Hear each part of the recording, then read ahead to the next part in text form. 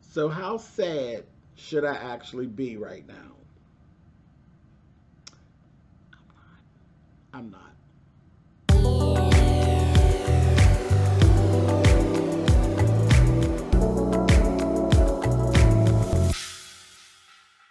Hey guys, thanks so much for clicking on the video. Listen, it's over. It is done. It is over. This is the season finale of season 2 of P Valley. It's done. We are finished. Finito. We are leaving. But I got some good news, I think. I think it's some good news. Yesterday, yesterday, I actually saw a tweet from Katori, and Katori said she was thanking everybody for uh, following and being part of the whole P Valley universe or family and all of that. And she said, it'll be, till next year. I'll see you next year. So listen, I haven't heard a formal uh, advertisement that says yes, they've been green lighted for a third season. But if Katori says she's gonna see us next year in her tweet the day before the finale comes out, I'm sure Katori knows what Katori's doing and saying, and it just sounds like a really sweet subliminal to me. So thank you, Katori. And now I don't feel sad anymore. Listen, Mississippi Rule. That was the name of the episode. As I said before, this is season 2, episode 10. This is the finale. Now I'm gonna be honest. I'm gonna be honest because I say it every week. I love the show. I love the show. I do. I do love the show. But this wasn't what I was expecting. This finale was not nearly what I was expecting. Not at all.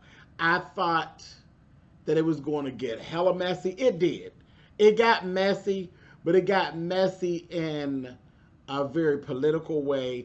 It got messy in a leading up way. This felt a lot like what episode 9 should have been. So I felt like it was leading us to the cliffhangers, and it just gave us a sprinkle of some cliffhangers. It is what it is. This whole season has been jam-packed with tons of emotion. It's been jam-packed with times where we have actually left from off of the show, and I am a social media person, so we've been in a social media baby. And look, anytime you can evoke the feeling out of the people to get them to be tearing their hair out, and baby, we've been tearing each other's hair out all season long. So this is definitely a job well done. It is what it is, and I'll accept this because this is probably all that we really could take. Do we need to go out on a fight? We've been fighting all season. Oh, the sex scenes is too much. Oh, I can't take it. Oh, it's too much. The homosexual stuff is. We've been fighting since the show started, which means the writers, producers, and directors, and all the actors and actresses have done an amazing job because they have evoked all types of fire from us, the viewers, and the social media people. So, job well done. I'll accept it. Let's go on and let's talk about what happened that leads us up to our wait until next year. So we start right off right there in that place of Andre's, and child, why is Autumn standing there with that damn makeup smeared all up here where he was kissing? I said, really, Andre? What that mouth do? You done smeared her lipstick all the way up to her nose. I said, okay. All right. But the wife, she's sitting over there, baby, she was hot. She didn't let herself in the apartment. See, my grandmother used to say, eavesdroppers never hear nice things. Never hear nice things. And you done let yourself into his apartment. And now you done eased up on something that you ain't had no business seeing, Miss Thing. And they get to arguing. Autumn just standing to the side looking like, listen, handle that. I ain't got nothing to do with it, which is exactly what she was supposed to be doing. You don't need to be in there arguing with the wife. It's not between you and the wife. It's between him and her and you and him. That's it. And she was just standing there and she's arguing her ass off until she said, I guess I deserve it. And he said, yes, you do. You do. I mean, the truth of the matter is when he let himself into his house, you was in there hobnobbing. Hobnobbing on your knees, honey, to the doctor. Now, I can't say I blame you. Andre's a bum. He's a bum. You know, for all intents and purposes. The doctor is the doctor. Child, it is what it is. Sometimes you have to hobnob and rub elbows and things with the doctor. It is what it is. You do what you do to get what you want. But then, girl, when he decides that he wants to play lickety-split with the stripper, then how mad can you actually get, really? Huh? Then she fussed about his dad. You could have told me about your father. He's like, no, I couldn't. It was hard enough to even get to the point of being able to marry you. Your family was already standing in judgment of me, and y'all thought I wasn't about shit. And anyway, so no, it couldn't. It couldn't. And he hid the whole situation about his father from her. And I mean, girl, you know, listen, y'all's relationship is, for the most part, it's over, child. It's over. Should be. It should be. Now, I can't say what y'all gonna do, but it actually should be. You know, you're in love. Well, she told him she's in love with him, but he know better. She been in love with the doctor. So I mean, that's just a joke. That's a joke. And then she got so offended. She's like, "Are you trying to divorce me?" Yeah. You don't think you should be divorced, Miss Thing? Girl, stop. Stop. Everybody's doing what they want to do. Y'all don't need to be together. A mess. Y'all don't trust each other anyway, so where y'all gonna go anyway? Anyway, he told her, you know, they was making phone calls and carrying on because the decision was ready to come out. And he told her, look, hurry up and straighten your face up because you always talking about wearing masks. Now's the perfect time. Get your mask on. And he had to go out there with his wife and face the people to get the decision. And they had him kind of thinking he was going to win. He gets out there, child. He didn't win. He didn't win. Patrice won. She damn near fell out. She couldn't believe it herself. But she won. She won. She absolutely won. And he gave his little speech and said congratulations to her and told the people, listen, Autumn standing out there in the street. He's over there with the regular people. He's standing there with the wife. And he says, though I lost the race, Chuckalisa has actually won back a son. And I will be staying in Chuckalisa. And I will be opening up a law practice and be moving back. I said, oh, honey, the wife was given. And Autumn was given, oh. I said, okay. Anyway, so then we go down to the Pynk. Down at the Pynk, we getting ready. DJ Never Scared is getting ready to announce the next act coming on. Now, we already know Keyshawn done hit it. She didn't hit it. She done made it on out the door, and she didn't hit it going wherever she's going. Lil Murder is back there. He's like, you know, having his little moment to himself right before he goes on. He going to perform his new song, 7 Pounds of Pressure. And he comes out, they start the music, and we see Maine. Maine done went straight down to be right up front. I said, I guess he thought he was going to intimidate him or whatever. So he goes down. I'm like, oh gosh, okay. So of course I'm sitting there like, okay, this is the last episode. Are we getting ready to start this? This get ready to start another murder night or whatever? Anyway, he goes down. He tells him cut the beat, just like cut the beat. I said, what is he doing? Because before he actually went out, he was standing back there looking at a mirror, and in the mirror, it's all in his mind. But in the mirror, he's seeing all these different reflections, and it's like a cracked mirror, and it was just symbolic of his life. It's like all these different versions of himself. You got the gangbanger, you got the the shy boy, you have the killer, you have the artist, you have the person that's really scared of their own sexuality, you have the person who is really confused about their sexuality. All these different little murders are all showing up in reflections in this mirror. And he's like, wow, so he's struggling. He's struggling. Well, who am I? What am I doing? What is it that I actually want? And what's going to be my next move? Um, and he don't even realize, child, you got an X on your back too. Well, I mean, I think he does kind of. I think he understands a bit, but not the whole brevity of it. But anyway, he goes out, tell him, cut the music. He goes out. I'm like, what are you getting ready to do? What are you getting ready to do? And he just starts, spitting the song a cappella. And he's doing his thing. And at the whole time, he's staring at Maine. And he's literally telling in the song, about taking somebody out who's lying about a body, basically telling the story of Paco. Okay? And Maine is hot as a firecracker, but he didn't get as hot as he was when next thing happened, because everybody's waiting on Mississippi to come out. And baby, guess who got their mojo back, honey?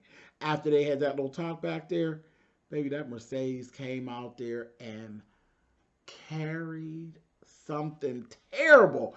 That Mercedes, this performance was very reminiscent of the performances when we first met Mercedes and of episode 1. Remember episode 1 of season 2 in the car wash when she was carrying the way she carries, baby, when she walks on the stuff. Listen, whatever it was, baby, she done risen above it with, whatever's blocking her in her mind. She's dealing with whatever her little pain and what's blocking her, and she just was in her spot, because they had that conversation backstage where he done told her, you are that girl. You're that girl. And I think she just needed that reassurance. And she had her head screwed on straight as to what she's doing. And that daggone Mercedes was carrying on terrible. She did this one move. He trusts her. She the one that was always so scared about falling again. He's standing right up underneath her. And he crouched down and he doing his thing on the mic, doing his thing. This heifer got up there, went up there, walked still like she do, and just slid straight down. And came down to a stop and literally just flipped she flipped off the pole over his head and fell into a split. I was in here screaming. I said, Mercedes, bitch, you better do it. Carrying. And she had carried on so far, so terrible on the pole. I figured she was just going to come on down. I said, I know she's tired. Slid down and just took flight off that pole. She literally went down and up and over. And he tall, child. Even crunched down, he took over his head, baby. Whoop, into an old nasty piece of split. I said, girl, get down. Get down. They tore the place up. Money was everywhere. And it was everything. It was everything. So now we got a whole new situation. It said a whole lot of different things. It said she got her mojo back. She got her head on straight. She back in the game. It also said you can actually do this without Mississippi. Mississippi ain't the whole act. You really are the star of the act. Mississippi actually is an extra added bonus, whereas everybody's been thinking it's been the other way around. It's not. Lil Murder is a star, and the girls are an extra added bonus. You can carry the show, and so it did a lot for his psyche as well. So that went down. Then they go backstage and they're like, "Oh, we tore it up. You know, that felt so good. You know, this, that, and the other." And they get back to Uncle Clifford. Uncle Clifford is broken down in tears. It's the scene I wasn't ready for. I just wasn't even trying to go here. He's sitting there. He's crying, crying, crying. Saying, "What happened?" He's like, "The hospital called." And they're like, "Oh, my God." Mercedes like, "I'm so sorry. I'm so sorry." And then he said, "She didn't drink the water. She would not drink the water. She didn't drink the water." Now, Little Murder knew. He talking about Mercedes like, "What are you talking about?" She didn't die. She actually made a recovery and she would be coming home. So I was like, whew. I was like, okay, whew, all right. Because you couldn't tell me that Mama Ernestine was coming home. I thought Grandma was done. I thought she was done. I thought she was done. So y'all got me with that one. So moving on. We go over and we see a lot of symbolism. We see another scene. This was funny. This was humor that was put in there for just for us. And I squalled, honey. You see Patrice in her new office the next day. She in her new office and she walking around and she's like, oh, you know, and she's looking at it. She's taking it all in. This is really my new life. This is really what I'm getting ready to do. This is me now. This is what I'm gonna do. And I think she had a moment of, you know, you fake it until you make it, right? You know, you actually, for real, you let a little in over your head, but you could handle it. You could handle it. She had this badass suit on, okay? Because you know she'd be clean. She went to sit in the chair. She's like, yeah. She will sit in the chair and throw her feet up on the desk. And then the chair just kept going back and flipped her ass backwards over on her damn neck. It was funny. It was a very funny scene, but it told me everything that was really going through her mind. Like that was solidified. Girl, this ain't your real world. You're going to have to move yourself up and get to here. You're going to fake this till you make it. She jumped up and she straightened herself. Right. Faking it till you make it. It's going to be fine. But right now, like a fish out of the water. But you know, she's scandalous. She's scandalous and she's quick. She's quick. So she's going to make it work. But that was really funny to me. I said that really told the story. That girl, do I really belong here? No. Yeah. Yeah. And you're going to make them know it too. Black woman. Black woman. That's what they do. Black woman. Do your shit. Anyway, so I ain't worried about Patrice, okay? So that's that. Next thing we actually see is her tell the people, from here on out, you all can call me Mayor Bishop. I said, oh, she made herself a bishop now. Okay, girl. So she's Mayor Bishop. I said, oh, see what I mean? Arrogant as hell. Arrogant as hell. Anyway, moving on. Miss Ernestine gets home, right? She get home. She's in there. And Uncle Clifford told her, you know, you need to sit down and this, that. She's like, don't do me. Don't do me. I got things to do. And there's a knock at the door. Who's at the door? Big Al, the African dude, and Duffy. She like, oh, Big Al, is that you? And he like, you was fired, Big Al. What you doing here? And she said, shut up, Clifford. Big Al's here. He said, I'm here to do what Mama Ernestine want me to do. Here it is. She didn't decide she having her a return to the Pynk party. She called it, she said, I done made me how did she put it? I done made me some fixing, wait, hold on, how did she put it? I don't want to say it wrong. Because you know she got that whole country thing going. It's a party for her, but she said, I made me some fixing to fuck something up party. That's what she made her.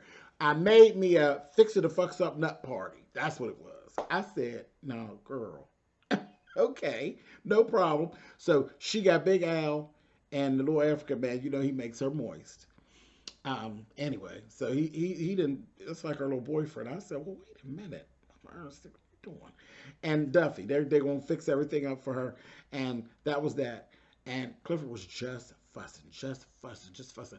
And then his mother showed up as she was, because Mama Ernestine going up the steps. She said, I'm going upstairs to change these panties, and then I'm going on down here to the Pynk. You better get out my way and leave me alone, and hurry up, do what you got to do if you coming with us, or you can stay your ass here. So she go on, and then he hears his mother saying, you need to be ashamed of yourself. You need to be ashamed of yourself. I said, oh, okay. Because here, earlier in the morning, Uncle Clifford and Lil Murder done broke up. He basically literally just broke up with Lil Murder. Broke up with him, went through this whole thing of how, the normal. It's hard. It's going to be hard. Because he told him that he's getting ready to go away and go on the tour. And the tour actually starts today. So his mother told him, you ought to be ashamed of yourself. You ought to be ashamed of yourself to say what you said to him, to literally tell him, to just go ahead on and just like, basically, let's just let this go and you go on. Because Lil Murder didn't take it very well. He's like, so we just going to leave it alone? That's it. We just going to break up. We just going to be done. And he's like, I guess I should just get my shit and just go, huh? And he's like, yeah, I'm not going to keep hiding. I don't want to keep hiding. And he said, well, what about if we do be out in the open? He's like, that ain't going to work. That ain't going to work. And the truth of the matter is, I don't understand what the big shebang is. I don't understand the big shebang because the truth of the matter is, it's very detrimental for him to come out. For him to come out, especially at the beginning of the career, could and probably would end the career.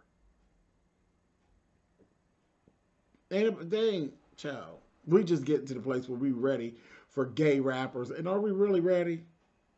Are we really ready? On the level that he's going to? So he's scheduled to go to this on tour with Tina Snow. So that was that. That was final. And his mother came to him and was like, you need to get your life together. Go figure out what you want going on and stop all this. And the way you did that, boy, you ought to be shaming yourself. I said, oh, okay. So that was that. I said, I thought we seen the last of Mama, but not at all. So Clifford's sitting there thinking about it, whatever. Too late now because he's gone, okay? So let's see what else is right around going on during the town. Mercedes. Oh, Mercedes. Mercedes is at home. She gets a delivery, the FedEx delivery. And here's a photo from Farrah. It's one of the large photos that was actually at the exhibit. And inside of there was a check for $30,000. And she called her up and she's like, what is this? This the money that Coach owed me? She's like, no. That's the money that I owed you. Women can do things for themselves and, take care of things. And she told her, she said, sponsorships expire. Royalties don't. So she literally got her where she said, I used your image, so I figured I'd pay you royalties. And she's like, oh, I said, oh, so she's going to take care of her. She didn't really fallen for her. And she feels guilty about how she knew there was money that was going to be coming in her hand that she ain't going to be able to get now. And she cares for her. And she says, I'll see you. She says, no, you probably won't see me. But I'll be seeing you. I said, oh, okay. And she asked her, she said, is this how they do it in the art world? She's like, no. But women can do what they want to do. Of course, she's going to take care of you. That's all. She's going to make sure you have. You got a whole nother arrangement. I said, okay. So this is the thing. Because I was expecting a lot of bad stuff to happen with Mercedes and Katori and the gang. Patrick, that y'all shook me because they didn't know this was the portion where Mercedes gets her stuff together. Her stuff is all falling into place at this point. So that's just kind of that. So that was that. Um, Next thing we see, oh Autumn. So what is Autumn? Haley. What is she doing? Here she's calling old girl. Okay, the results is out. She calling. She like, oh yeah, I got some Will and Dylan to do now. She calls the lady on the phone. Lady's in her car. She answers the phone. She will say, yeah. So the votes are in. Hey, bitch. Now, see, you wanted to give me $5 million, but the way things went down, I'm actually thinking now, $10 million ain't enough. I'm thinking more along the lines of 15. She's like, oh, okay. She's like, see, again, never knowing when you done overshot your hand. And she said, see, the thing is, at the time when we were willing and dealing, a couple days ago, I needed the Pynk and I needed you. At this point, I don't need you or the Pynk. So what you did was you screwed yourself by not taking the $5 million. Now I'm just going to go ahead and it just is what it is. And she said, you do need the Pynk. How could you not need the Pynk? She said, no, I don't need the Pynk anymore. She said, it has to be built along the water. She says, why do I need to deal with the Pynk when the water's just going to come to me? She's like, what is that all about? She said, it has to be waterfront property. She said, again, why would I need the Pynk when the water is going to come to me? She says, now I wish you a blessed day, bitch. And hung up on her. I said, oh.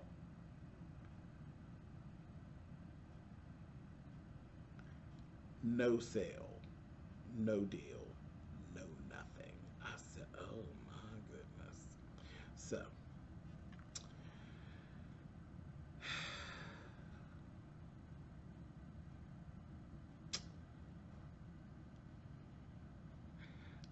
move on. Let me finish up what happened with Mercedes. Next thing that happened to Mercedes, Mercedes took her $30,000 check. She got her gym. She started putting her stuff up. She has a pole in there now. Because remember, the stuff with the little girls, people ain't got the money for that. This, that, the other. She had to think. Remember Uncle Clifford told you, dream a new dream. She going to teach the Mercedes experience now. So here we go. Like I said, she got her mojo back. She back in the game. So she's back in business. She looks at Patrice is coming through the door. She's like, what do you want? And she was actually in there working on the pole in her little place. She said, what do you want? She said, I was going around today and just checking on some, new or small businesses. And I stopped in here on yours. I said, what kind of gym is this going to be, honey? She said, look at you. Flying in here, being Mercedes, huh? Mercedes experience. She read her. She said you could use a couple lessons coming here to try to pull that stunt you pulled the other day. She's like, yeah, you do what you have to do to get what you want. Yeah. And then she tells her, she says, Chez is in a bad way. And she decided to sign herself into rehab. Now, while she's in rehab, she's reached out to me because she wants me to take care of Terica. And they having a couple little shots back and forth. She says, listen, my thing is, I'm busy running the church and running the city. I'm much too busy to be doing this. And I figured I raised mine. She says, okay. She says, she started to walk out. She said, come on here so you can help her with her bags.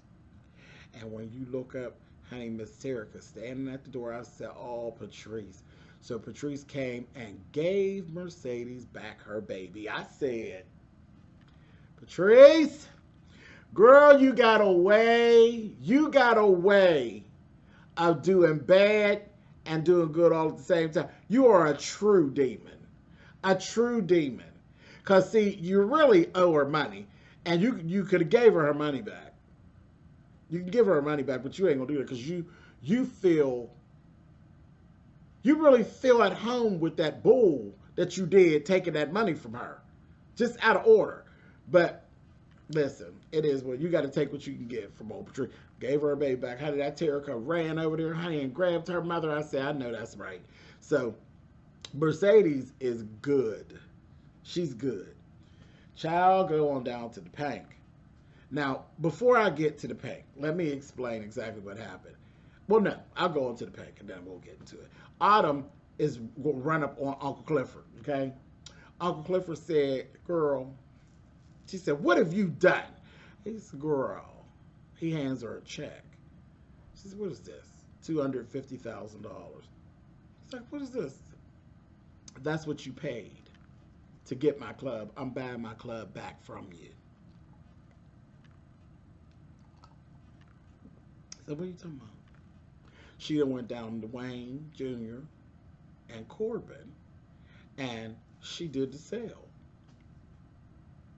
He made some arrangements, did a sale on some things, got things together, got you this money. This what you getting.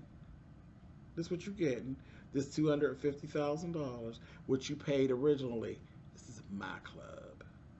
This is my club. Honey, she's going there arguing. No, I need to get something more than this. I should get interest or something. Girl, listen. You can get on out of here.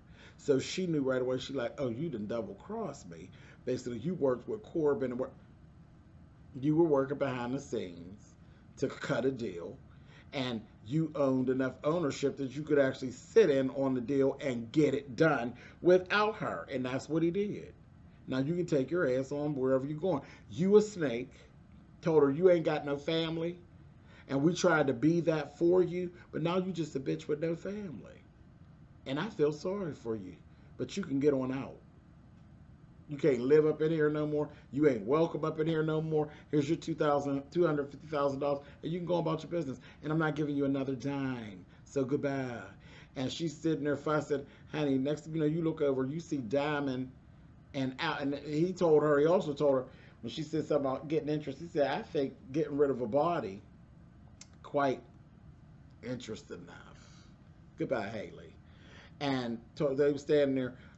Diamond had a saw. And I think Big Al had a shovel.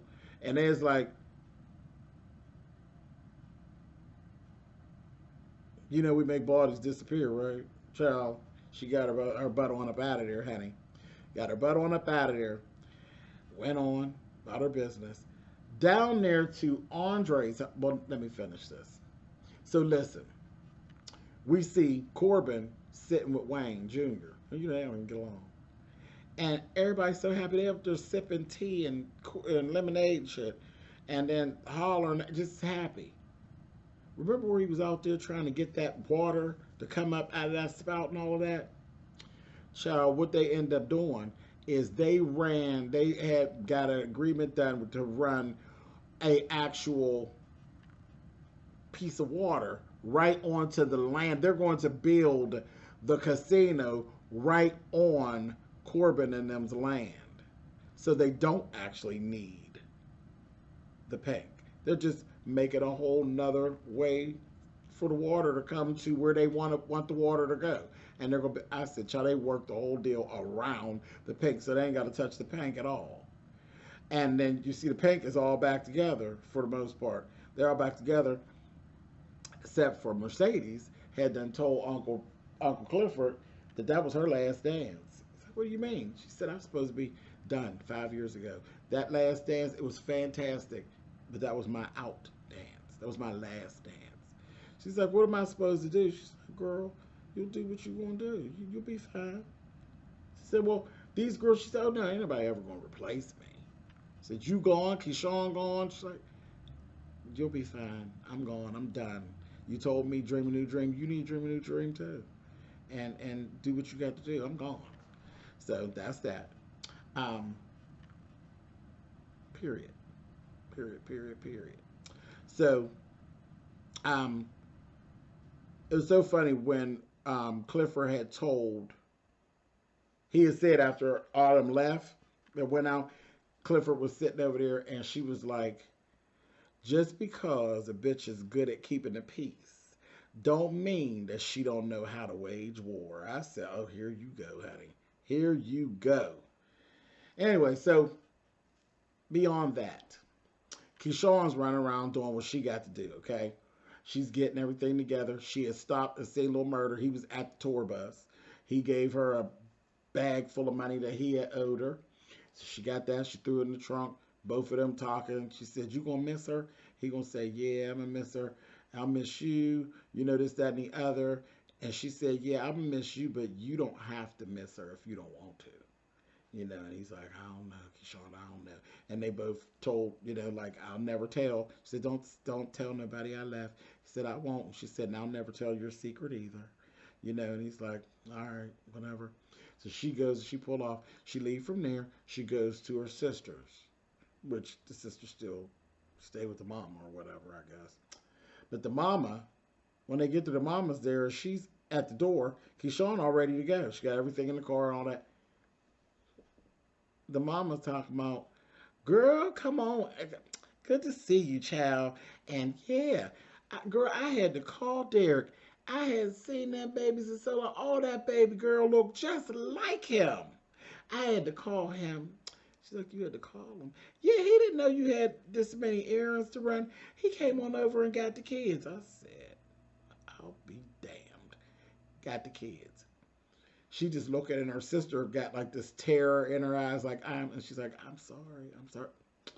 I said, child, she goes home, honey. She come through the door and she's like, Derek, you know, going to explain, it ain't what you thought, Derek, you know what? He's like, what? And he's looking, and here you look around, honey, CPS is there. Derek done set Keyshawn up, set her up, done called CPS. He's interacting like he's the only loving, caring father with the kids. They got the papers from when she took the baby to the hospital, and they never called CPS, and they never had reported anything, but they just made notes of what was there. But Derek says someone called and said, you know, that there was like a lot of loud noise and stuff coming and crying and stuff coming from over here, and someone reported to CPS, and that's why they came out, and they're saying we have to, you know, look and keep up on you all for like 6 months. And she's like, I was out of town, and this, that, and the other day. He said, yeah, when you came back, that's when all of the noise started. That's when the people called. And she looked at him. There was a police officer and a woman from CPS. And Derek said to her, he's looking at her and he's smirking. And she said, you did this, you. And baby, she attacked him and carried on. She was carrying on so bad. And the cop came over and tried to get her, honey. She done slapped the shit out the cop. It wasn't on purpose. She just kind of was going wild, and she bopped him. He slammed her to the ground, honey, cuffed her, put her in jail. Put her in jail. And she got 6 months to be under surveillance with CPS to even be around the kids, because he done framed her and made it look like she's the one that beat the little boy. You know, I said, oh, a mess, a whole mess. She ended up the night of the party. The night of the party, she called Diamond and told Diamond, you know, the whole thing, that she basically was trying to get away. She couldn't get away, and she was calling from jail. Diamond was actually sitting at the table with Big Bone at the time when he got the phone call. He got up. He said, let me take this call. He got up and he walked away. And she said, remember when you said you could take care of the problem? I need you to take care of the problem. So he was on board, had no questions asked. I said, oh, good. In the meantime, before the party had started, honey, here when Mercedes had taken her, she was on her way home, and she sees Maine, and so she introduces Maine to Terica. I think Terica's hot butt was given, oh hey, she's like, on and out, child. Not at all. That's mine, child. And the two of them are having a conversation. Here, he's making a threat about, so you made a choice. You done chose a side. She's like, what are you talking about? You know I don't get into all of that stuff, that blue versus red versus yellow. I don't do all that. I'm team pink. That's what I am. My side is the pink. And because he's like, you was up on the stage with him and this, that, and the other. And so she's like, I told you, I'm on the side of the pink, period. All that other stuff you talking about, miss me with all that. He gonna say, well, that little fag better watch it. You need to warn that fag. She said, hold up, don't you dare say no stuff like that about Uncle Clifford. Now you out of order. He's like, that's not the fag I'm talking about. I said, oh. That put an old nasty piece of threat down on Lil Murder. And she just looking like, what?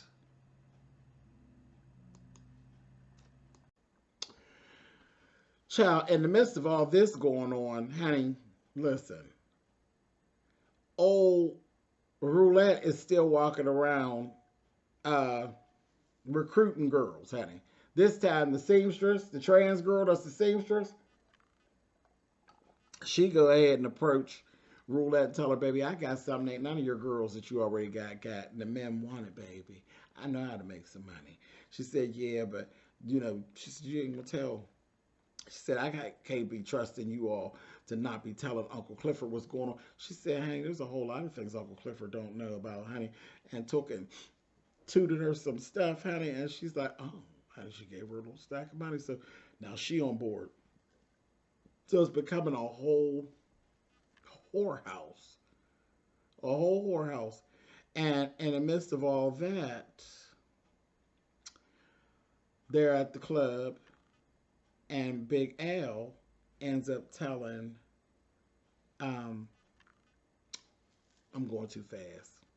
There was another conversation between Uncle Clifford and Lil Murder. Lil Murder showed up for the party.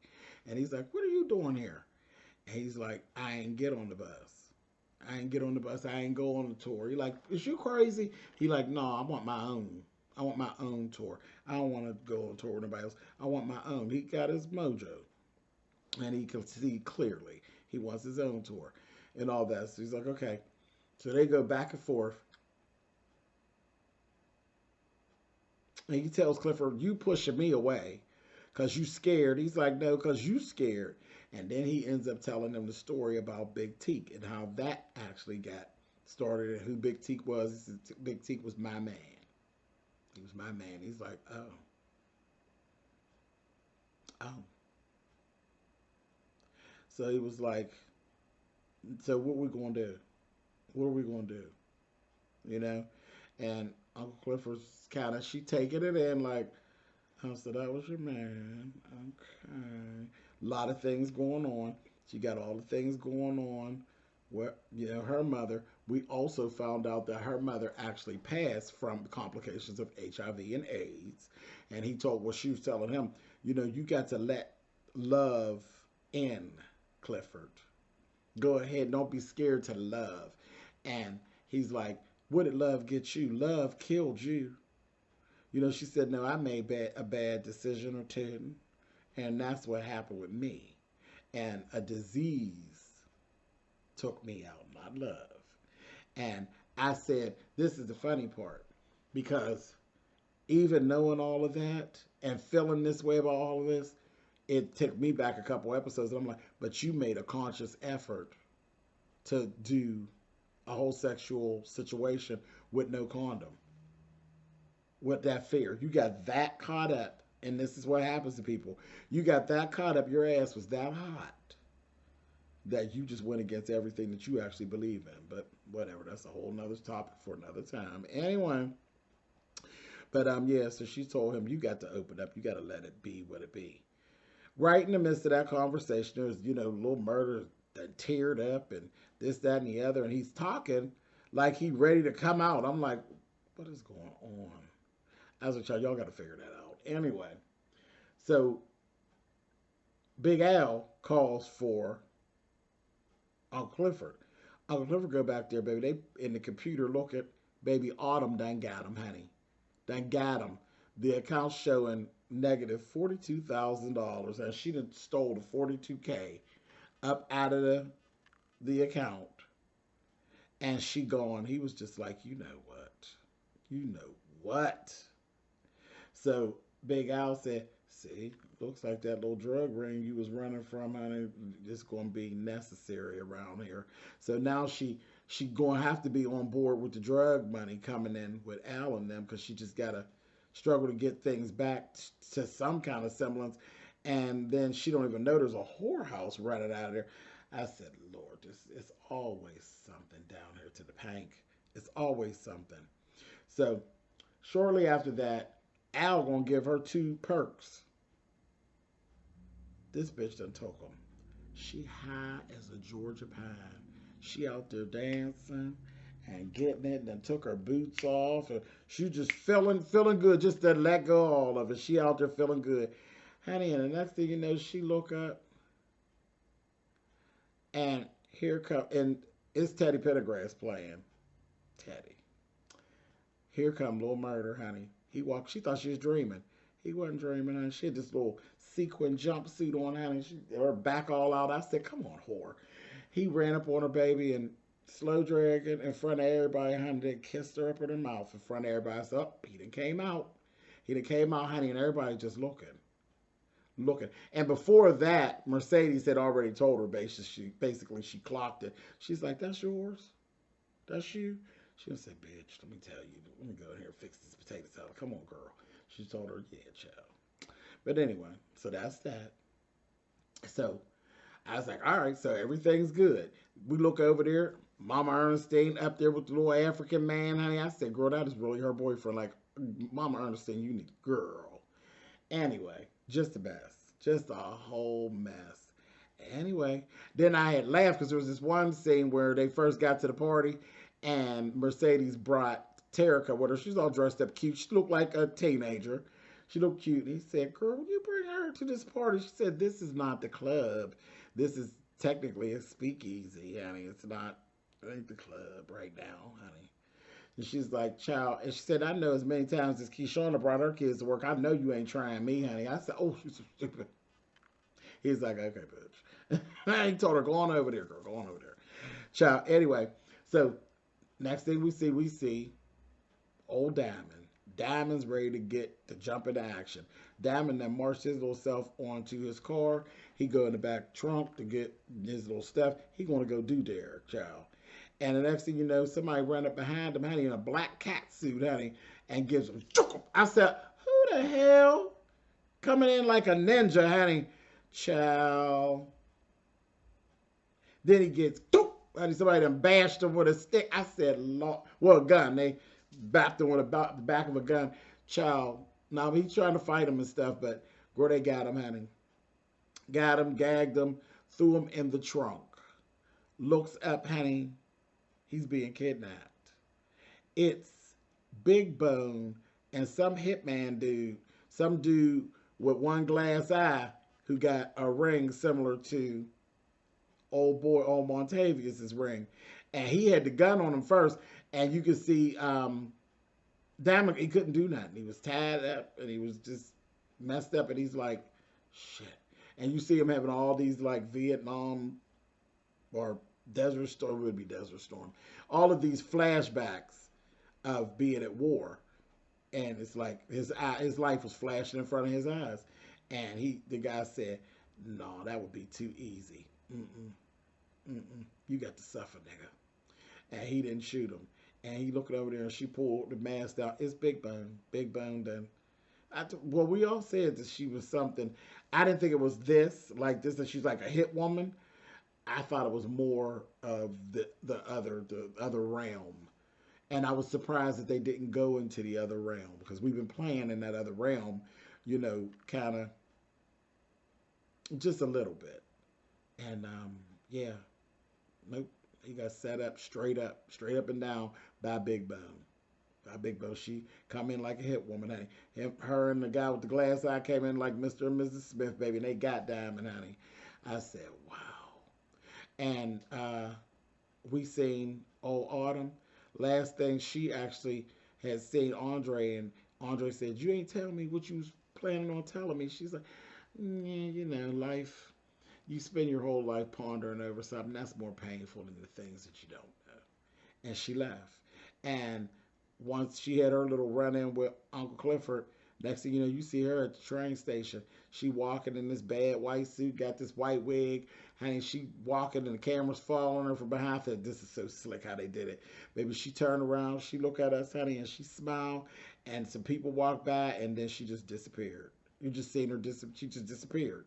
It's like she said, baby, you don't tell nobody where you're going. You don't tell nobody you're going. You just go. And that is it. That is all. That is where we ended. It was a lot packed in, but not nearly as, it wasn't as rah as, see, the ending of season 1, Murder Night and all that, it was raw, okay? So I was kind of expecting that. I expected actually things to get a lot worse than they did. So I think that's what it was. But again, all in all, that's okay. That's okay. This was an excellent season. An excellent season. And, you know, like I said, Katori went on her Twitter yesterday and thanked us all for the ride. Listen, Katori, thank you and Patrick for the ride, honey. I thoroughly enjoyed myself, and I will be sitting here with bated breath, honey, with my legs crossed in this same spot, waiting for you to return next year. And you all who are watching, I will be sitting here waiting on you all to return to have these conversations and the good times that we've had. And we actually have 10 episodes. I have to say, I have enjoyed you all as well with the comments and all of that. This has been very enjoyable, and this we ain't done because we still got this one to talk about in the comments. So we got a few more days, and then we're gonna hold on for a year. And listen, you have me, I'll have you. We'll be right back here in the same spot to do this all again for season 3 in a year. All right, you guys. This has been P Valley season 2 finale. SpillitBoy TV out.